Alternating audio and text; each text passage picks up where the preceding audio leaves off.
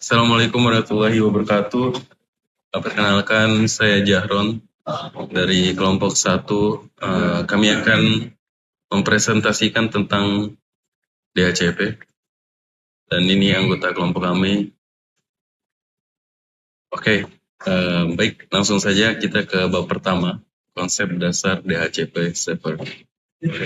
Jadi, pengertian DHCP servers itu Dynamic Host Configuration Protocol atau DHCP adalah protokol standar yang memungkinkan server untuk mendistribusikan IP address secara dinamis kepada perangkat lainnya dalam sebuah jaringan. Sebelum kita mulai itu, kita bayangkan aja ketika kita terhubung ke WiFi di rumah atau di tempat umum, sebagian besar dari kita tidak berpikir tentang bagaimana perangkat kita bisa mendapatkan alamat IP secara otomatis. Nah, disinilah peran DHCP berperan. Nah, seperti itu sekiranya. Terus bagaimana cara kerjanya DHCP? Bayangkan DHCP ini seperti petugas parkir di sebuah mall. Setiap kali ada mobil masuk, petugas ini akan memberikan tempat parkir yang tersedia. Begitu pula dengan DHCP, setiap kali ada perangkat yang masuk ke jaringan, DHCP akan memberikan alamat IP kepada klien yang tersedia secara otomatis, seperti itu. Apalagi fungsi DHCP server itu pertama ada mengelola, mencegah IP konflik, memperbarui alamat IP secara otomatis, dan mendukung penggunaan kembali IP address. Jadi kesimpulannya, secara garis besar kesimpulannya, berkat DHCP kita bisa menikmati kemudahan koneksi internet di rumah, kantor, atau tempat umum tanpa harus pusing mengatur alamat IP secara manual. Jadi DHCP adalah salah satu dari banyak protokol di balik layar yang membuat pengalaman kita dengan teknologi jadi efisien. Oke, saya Chandra Tarsi Palawan. Untuk melanjuti dari klip sebelumnya itu kita bakal ke kelebihan dan kekurangan. Yang pertama ada kelebihannya, memudahkan dalam transfer data pada PC klien lain atau PC server. DHCP menyediakan alamat IP secara dinamis dan konfigurasi lain. Lalu yang kedua ada DHCP memungkinkan suatu klien menggunakan alamat IP yang tidak bisa dipakai oleh klien lain. Yang ketiga ada DHCP memungkinkan suatu klien menggunakan satu alamat IP untuk jangka waktu tertentu dari server. Yang keempat ada menghemat tenaga dan waktu dalam pemberian IP. Yang kelima itu mencegah terjadinya IP konflik atau IP yang bernilai sama dalam satu network. Kekurangan dari DHCP sendiri itu semua pemberian IP bergantung pada server. Maka dari hal itu, jika server mati maka semua komputer akan disconnect dan tidak saling terhubung. Oke, kali ini saya akan melanjutkan penjelasan dari teman saya. Sekarang kita masuk di bab 2 yaitu komponen DHCP server. Nah, jadi yang pertama itu ada DHCP server itu sendiri. Nah, server DHCP adalah perangkat atau jaringan yang bertanggung jawab untuk memberikan dan mengelola alamat IP serta informasi jaringan lainnya kepada perangkat klien. Server ini menyimpan rentang alamat IP atau IP pool yang akan didistribusikan ke perangkat yang memintanya. Kemudian ada DHCP client. DHCP client adalah perangkat yang meminta alamat IP dan informasi konfigurasi jaringan dari server DHCP-nya. Perangkat ini bisa berupa komputer, smartphone, printer, ataupun perangkat jaringan lainnya. Assalamualaikum warahmatullahi wabarakatuh. Perkenalkan, nama saya Devina Putriananta. Saya akan melanjutkan presentasi dari yang teman saya tadi sudah presentasikan. Jadi seperti yang dia bilang, kalau DHCP server dan DHCP client ini, di mana DHCP client ini akan meminta alamat IP atau informasi konfigurasi dari DHCP server, dan DHCP server tersebut akan memberikan alamat IP atau informasi konfigurasi yang diminta oleh DHCP client. Nah, di sini ada DHCP Relay Agent yang mana dia itu berperan sebagai penghubung antara kedua DHCP tersebut. Yang semisal DHCP server sama DHCP client ini memiliki subnet yang berbeda, maka DHCP Relay Agent akan berperan sebagai penghubung yang meneruskan pesan dari DHCP antara klien dan server DHCP gitu. Terus ada DHCP list. Jadi kan si server DHCP server ini memberikan alamat IP kepada DHCP klien. Nah, tapi alamat IP yang diberikan sama DHCP server ini itu nggak bersifat permanen, yang mana di situ ada jangka waktunya gitu. Kalau misalnya waktu yang dikasih atau periode yang dikasih sama DHCP server ini sudah habis, maka DHCP klien harus memperbaharui masa atau periodenya gitu ya. Terus ada IP address pool. Nah, IP address pool ini itu kayak kumpulan dari alamat IP yang dikasih sama DHCP server. Jadi DHCP server ini ngambil alamat IP dari si address pool ini sendiri untuk diberikan ke DHCP klien. Terus ada dua komponen DHCP yang lain tapi tidak dituliskan di sini.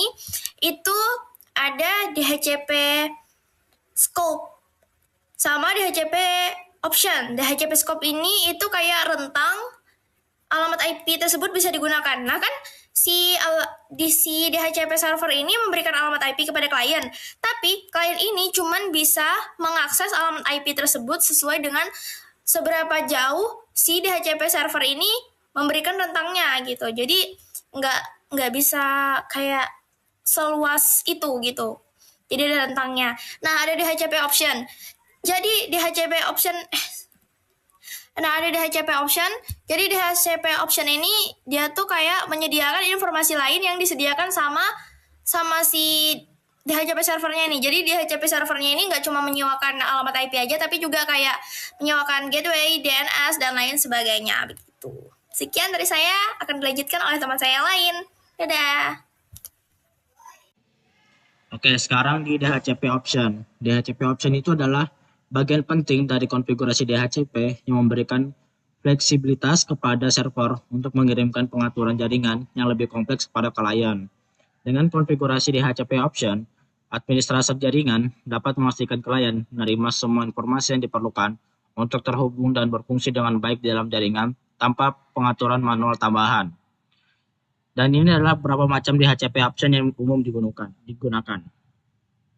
Yang pertama ada subnet mask, yaitu mengirimkan informasi tentang subnet mask yang digunakan dalam jaringan. Terus ada default gateway yang memberikan alamat IP dari gerbang default yang digunakan klien untuk keluar dari jaringan lokal. Terus ada DNS server yang menyediakan alamat IP dari server DNS yang digunakan klien untuk resolusi nama domain. Terus domain name mengirimkan nama domain yang digunakan dalam jaringan.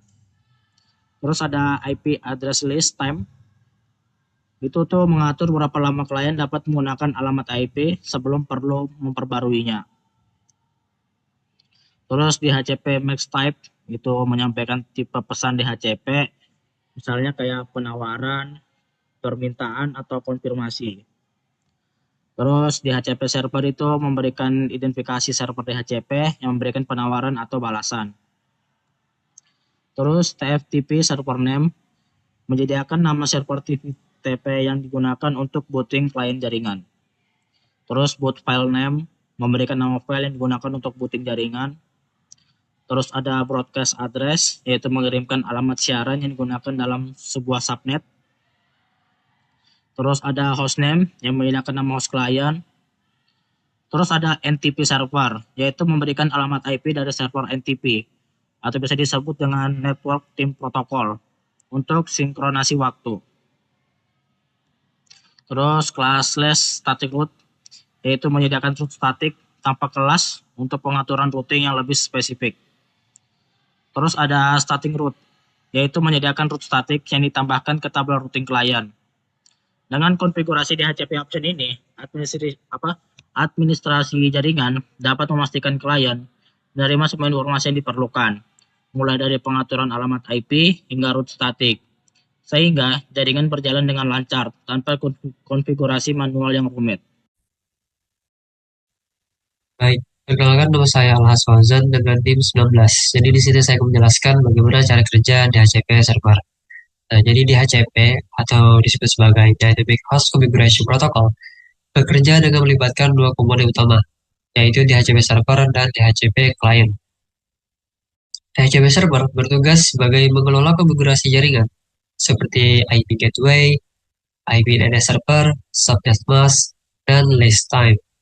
Kemudian untuk DHCP client, ialah perangkat yang menerima konfigurasi IP address dari DHCP server akan dapat terhubung ke dalam jaringan. Nah, jadi agar DHCP client dapat menerima konfigurasi IP address, maka perlunya melalui proses tahapan yang namanya DORA. Nah, DORA itu apa sih? Dan DORA itu merupakan singkatan dari Discover, Offer, Request, dan Acknowledgement.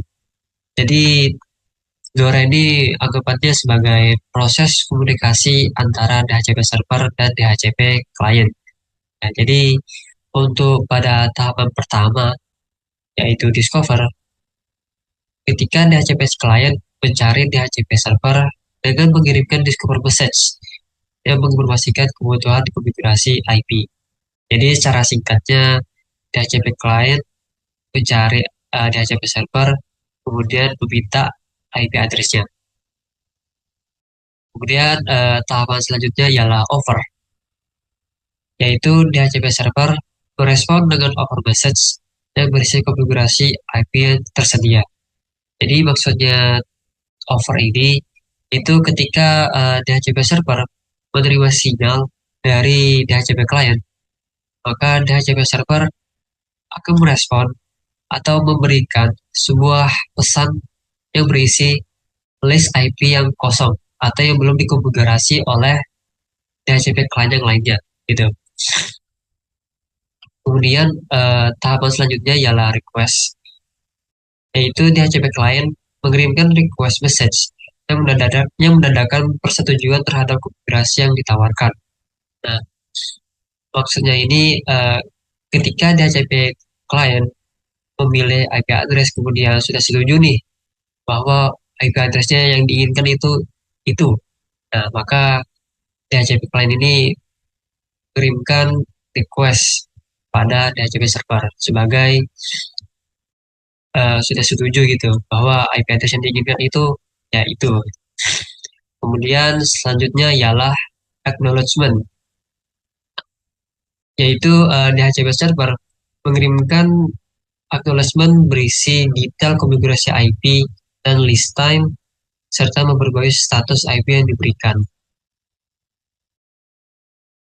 Jadi sesimpel itu ya. Kemudian setelah proses ini selesai, DHCP client sudah dapat terhubung ke dalam jaringan. Sekian untuk cara kerja DHCP server sudah selesai, maka akan dilanjutkan ke rekan saya. Assalamualaikum warahmatullahi wabarakatuh. Perkenalkan saya Putra Bintang Pratama dengan NIM 23091106016 dan pada kesempatan kali ini saya akan menjelaskan mengenai konfigurasi dari DHCP server ini sendiri. Oke, langsung saja. Ini berikut topologinya. Ada kita pakai router mikrotik, ada switch dan 2 PC. Dan kegunaan untuk switch 2 dan cloud di sini agar bisa terhubung ke Winbox saja sebenarnya, tapi kita tidak pakai Winbox, kita langsung pakai terminal dari VirtualBox saja. Berikut terminalnya. Pertama, kita set password dulu karena habis reset configuration. Kita langsung setting ke IP. Kita kasih 168.21.124 untuk port 2. Lalu kita ke DHCP, kita setup untuk Ether 2. Langsung enter aja, masukin 888. Oke, sudah selesai untuk konfigurasi DHCP server. Kita hanya membutuhkan IP dan setup DHCP di port yang kita gunakan. Langsung kita coba. Sini kita stop start dulu untuk isinya agar tidak ada settingan yang nyangkut. Oke, sekarang kita coba untuk ke PC apakah dapat IP DHCP-nya atau enggak. Kita cek show IP. Oke, belum dapat. Kita panggil IP DHCP. Oke, Dora. Dora itu sebenarnya ada kepanjangannya ya, cuma saya lupa.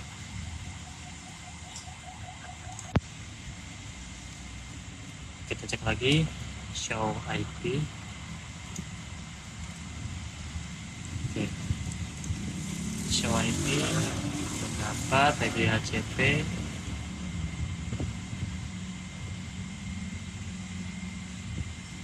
Oke, dapat. Lalu kita coba untuk ngeping apakah mereka berkomunikasi. Harusnya sih berkomunikasi ya. 20 119 8 20 25 4. Oke, bisa ngeping dan kita coba ke bagian sini 20 25 3. Oke, dia mau berkomunikasi. Itu saja untuk DHCP server. Kita hanya membutuhkan router dan switch lalu 2 PC. Lalu untuk konfigurasi routernya, setting IP dan DHCP setup. Itu saja, terima kasih.